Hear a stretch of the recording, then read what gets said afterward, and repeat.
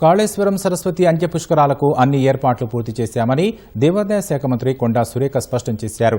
పుణ్యస్నానాలు ఆచరించేందుకు భక్తులకు ఇబ్బందులు కలగకుండా తాగునీటి వసతితో పాటు ప్రత్యేక స్నానఘట్టాలను ఏర్పాటు చేశామని తెలిపారు. సాయంత్రం నదీ హారతి ఉంటుందని, ప్రైవేటు వాహనాల కోసం ప్రత్యేక పార్కింగ్ పాయింట్ ఏర్పాటు చేసినట్లు మంత్రి వివరించారు. పుష్కరాల కోసం రాష్ట్ర వ్యాప్తంగా 3,600 బస్సులను నడుపుతున్నామని అన్నారు.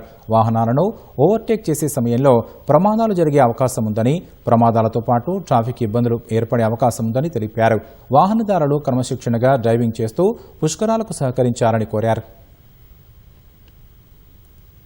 అంత్య పుష్కరాలు 21 నుంచి నెల 1 వరకు కూడా నిర్వహించబడతా ఉన్నాయి. ప్రభుత్వం నుండి 30 కోట్ల రూపాయలు కూడా ముఖ్యమంత్రి గారు కేటాయించడం జరిగింది. ఇక్కడ పనులన్నీ కూడా పూర్తి చేసి సౌకర్యాలు కూడా భక్తులకు ఏర్పాటు చేయడం జరిగింది. సాంస్కృతిక కార్యక్రమాలు కూడా ఈ 10 రోజులు కూడా నిర్వహించబడతాయి. భక్తులకు ఎటువంటి ఇబ్బంది లేకుండా, వికలాంగులకు గాని వృద్ధులకు గాని ఎటువంటి ఇబ్బంది కాకుండా ఏర్పాటు చేయడం జరిగింది. చాలా మంది వాలంటీర్లను కూడా నియమించడం జరిగింది. అన్ని శాఖలకు కూడా వారికి ఆదేశాలు ఇస్తూ ఎవరి శాఖ వారు రెస్పాన్సిబిలిటీ తీసుకుంటూ అన్ని శాఖల కోఆర్డినేషన్ తోటి ఇచ్చేటువంటి భక్తులకు ఇబ్బంది కాకుండా తీసుకోవాల్సిన బాధ్యత అప్పచెప్పడం జరిగింది.